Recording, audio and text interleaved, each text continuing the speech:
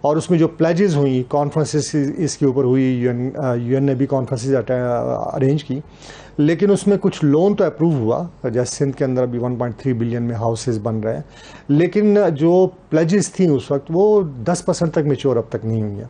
دوسرا یہ ہوا کہ ڈونر 9 بلین ٹوٹل جو پلیجز تھے، لیکن یہ اسٹیمیٹ یہی تھا کہ جی it will go up to 20 billion جو U N secretary general foresee کر رہے تھے، لیکن اس میں ہوا یہی کہ جو کرنٹ ڈونر پاکستان کے اندر ہے انہوں نے ری پروگرامنگ کی بیسیکلی، جو ان کے آلریڈی پلیجڈ اماؤنٹ تھی پاکستان کے لیے اگلے 2 3 4 سالوں کے جو ان کے پروگرام تھے، انہوں نے اس کو ماڈیفائی کر کے نام کلائمیٹ چینج کا دے دیا، تو وہ ایک ٹرکی تھی بیسیکلی، ایڈیشنل ریسورسز بہت کم آئے، تو اس کے اثرات لازمی باتیں آتے ہیں۔ اب ورلڈ بینک کی رپورٹ ہے پاکستان کے حوالے سے کہ جو انٹرنیشنل سٹینڈرڈ ہے کہ $3.7 پر ڈے انکم اگر کسی کی نہیں ہے پر کیپیٹا تو وہ غریب کیٹیگری میں آتا ہے، اور 2023 میں ورلڈ بینک کی یہ رپورٹ ہے کہ 37% لوگ پاکستان کے اندر اس کیٹیگری کے اندر ہیں، اور پھر ابھی جو ریسنٹ پرائس ہائیک ہے اس کے اندر مزید پرابلمز ہیں، اور یہ جو حکومت پاکستان میں سمجھتا ہوں کہ بہت بڑی ایک سپورٹ دے رہی ہے، خاص طور پہ جو سوشل سیفٹی نیٹ کا ہمارا پروگرام ہے، Benazir income support program, 6.1 million families کو ہر کیٹر کر رہے ہیں، لیکن سٹل وہ ناکافی نہیں ہے۔ اس کے لیے اب کوشش یہ کرنی چاہیے کہ ہم تھوڑا سا ایک لانگ ٹرم اسٹریٹجی، اور پاکستان پاورٹی ایلیویشن فنڈ جس سے میرا تعلق ہے، ہم نے اس پہ کافی کام بھی کیا ہے، اور ہمارا ایک ماڈل ہے گریجویشن کا جس کو حکومت پاکستان بڑا اچھا طریقے سے سمجھ رہی ہے اور اپ اسکیل کرنے کی کوشش کری ہے کہ ان بینیفیشریز کو بجائے مچھلی دینے کی مچھلی پکڑنا سکھایا جائے ان لوگوں کو۔ ایگزیکٹلی یہ، اور پھر اس پر اور بھی بات کریں گے کیونکہ بہت سارے ایسے پروجیکٹس ہیں جن کے طرف توجہ دینے کی ضرورت ہے، خاص طور پر جو ایک ہماری یوتھ بلک ہر سال ایجوکیٹ ہو کے باہر آ رہا ہے اس کے اوپر۔ ڈاکٹر زمان صاحب، یقیناً چیلنجز بہت بڑے ہیں دنیا کے لیے انٹرنیشنلی، اور اس کے بعد پھر ہم تو ایک چھوٹا سا ملک ہوتے ہوئے ہمارے لیے تو صرف جو چیلنجز انٹرنیشنلی بڑے ہیں تو ہمارے لیے تو وہ بہت بڑے ہوتے ہیں۔ اس پر کیا کہیں گے کہ سسٹینیبل ڈیولپمنٹ گولز، اس سے پہلے MDGs تھا، ملینیم ڈیولپمنٹ گولز، اور پھر ورلڈ بینک بھی آپ کو ان گولز سے ریلیٹ کرتا تھا کہ جی آپ کو ہم پروجیکٹ لون تب دیں گے جب آپ ان گولز پہ، اسپیشلی ایجوکیشن کے سیکٹر میں، اور وہ بہت سارے اس میں تھے۔ اب پاورٹی اور ایجوکیشن دونوں، اور پھر ہیلتھ، یہ 3 ایسے ایشوز ہیں جس طرح نادر گل صاحب نے کہا کہ کلائمیٹ بھی بہت رول پلے کرتا ہے، اور ہماری جو ڈراؤٹ آ گئی، فلیش فلڈز آ گئے، یہ ہماری معیشت کو اور تھوڑا سا پیچھے دھکیل دیتا ہے۔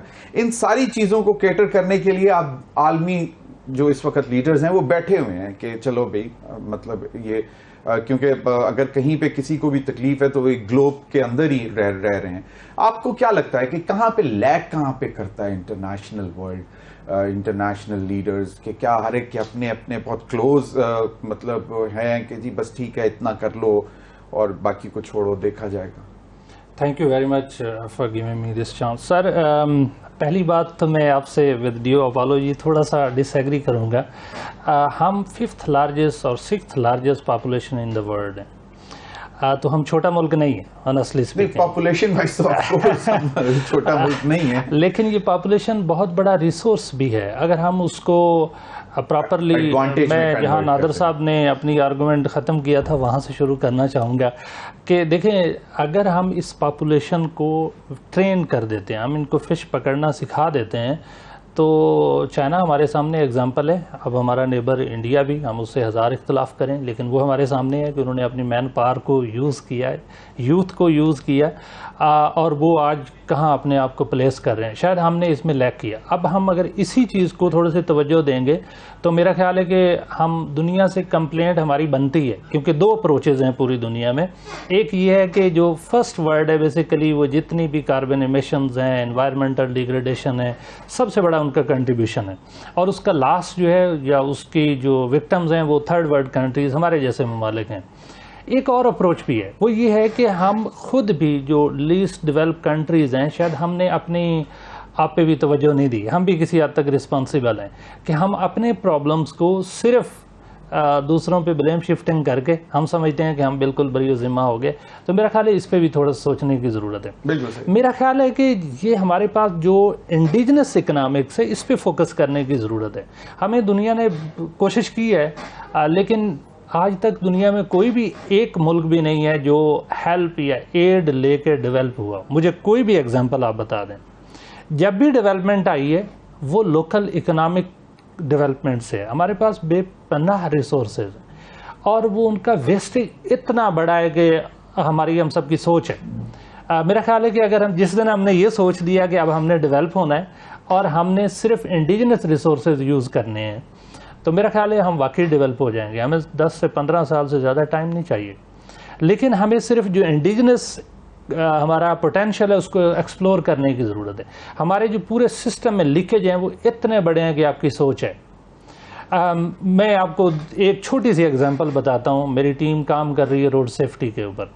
اب دیکھیں اسلام آباد جیسے شہر کے لیے ٹوٹل جو ہے نا وہ تھوڑی سی بسز چاہیے. اس کا نمبر بھی میں آپ کو بتاتا ہوں. لیکن جو ہمارے پاس اس وقت اویلیبل سٹاک ہے وہ 1400 وہیکلز ہیں جس میں بسز ہیں اور یہ سارے گورنمنٹ انسٹیٹیوشنز یا سیمی گورنمنٹ آرگنائزیشنز کے پاس ہیں. یونیورسٹیز کی بسز ہیں, کالجز کی, یہ سارے کے سارے.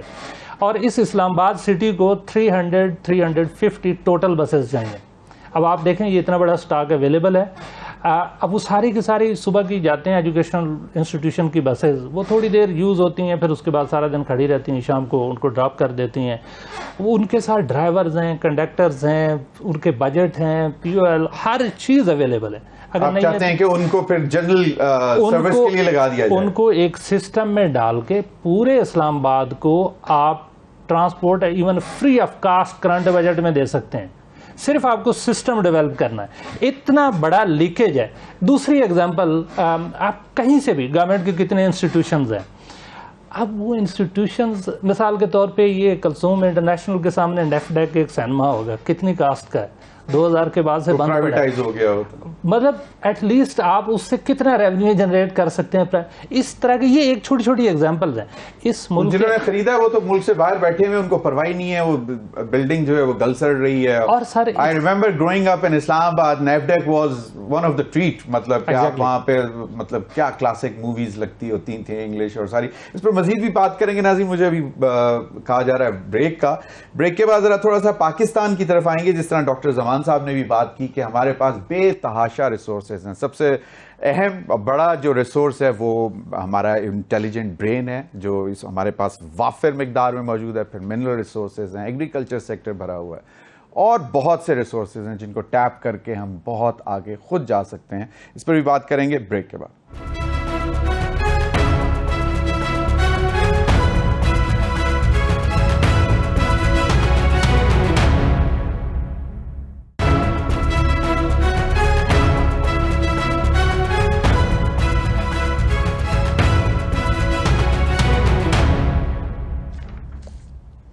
ویلکم بیک ناظرین.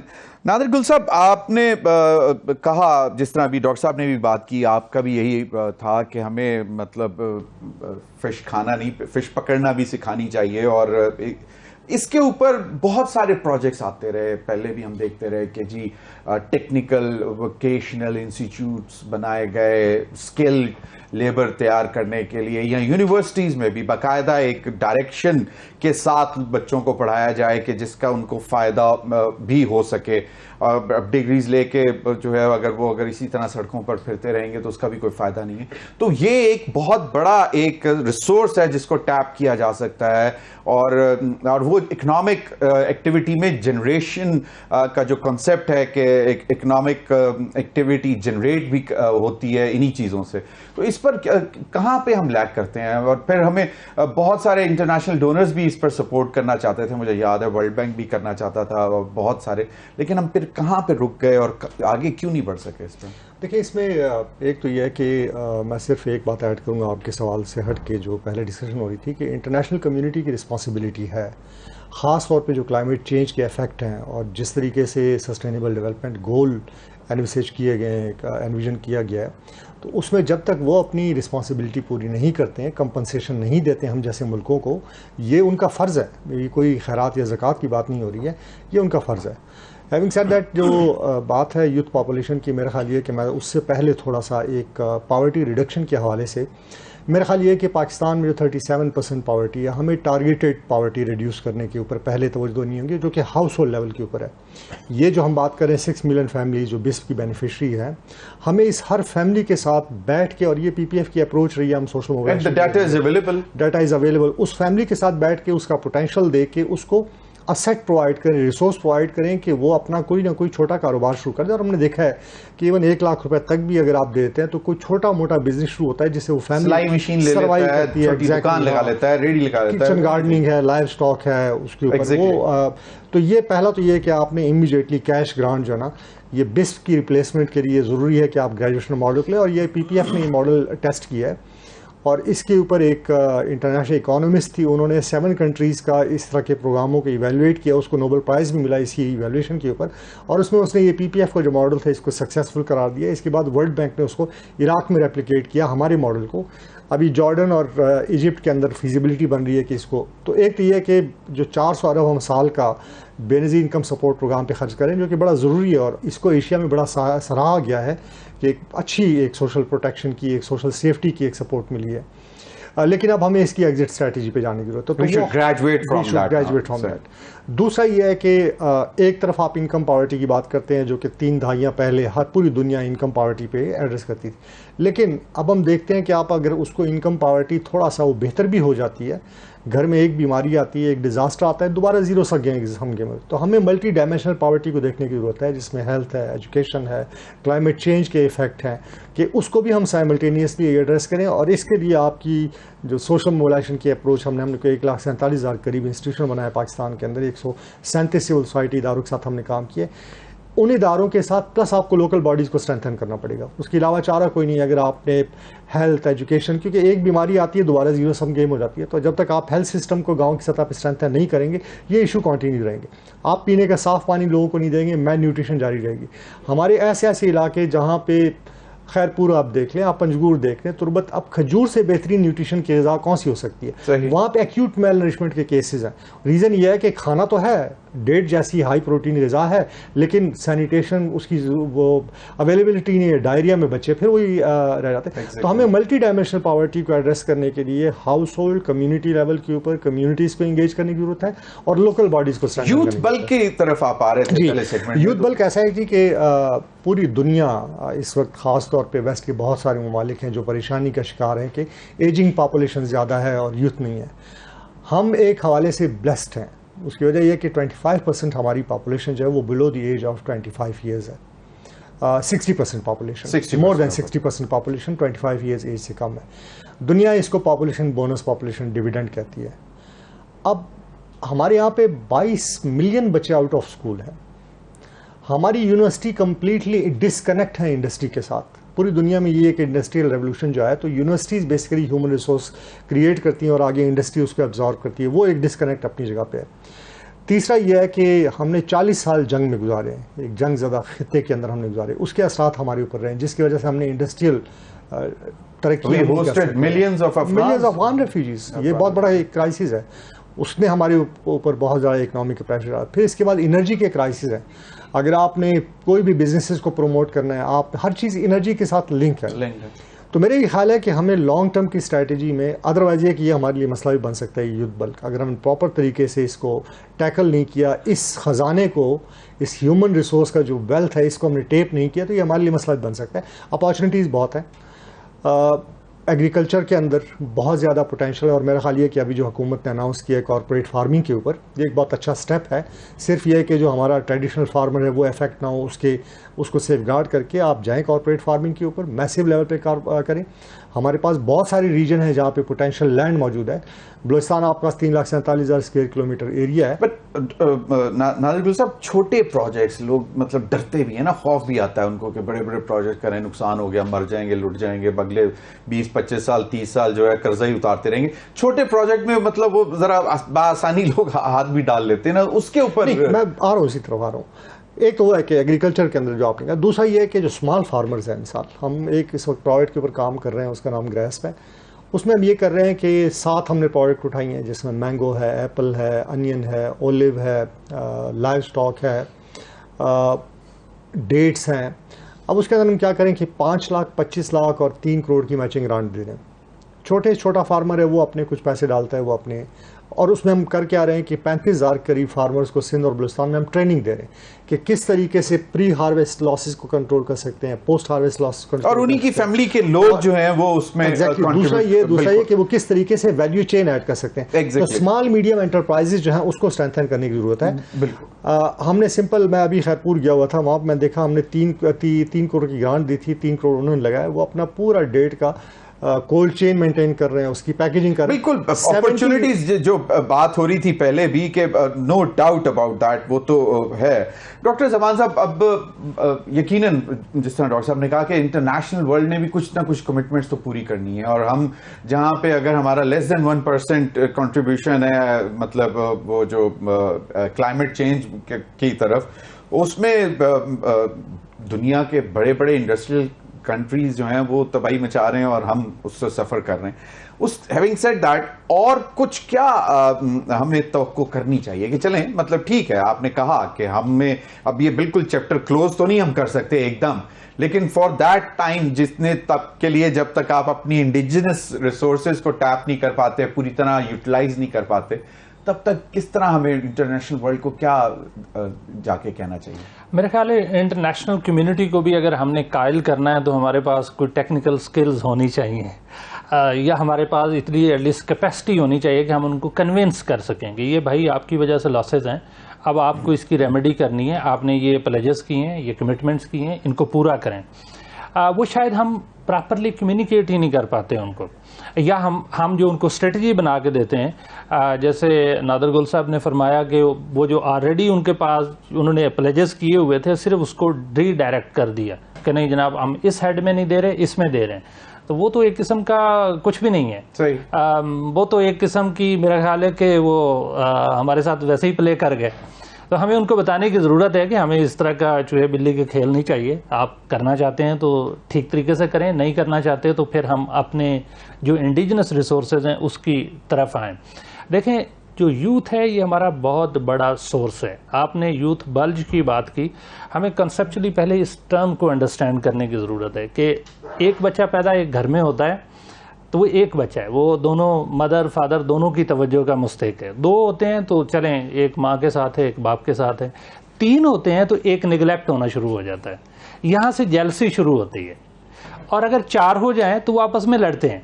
تو یہ basically youth bulge leads to unpleasant situation.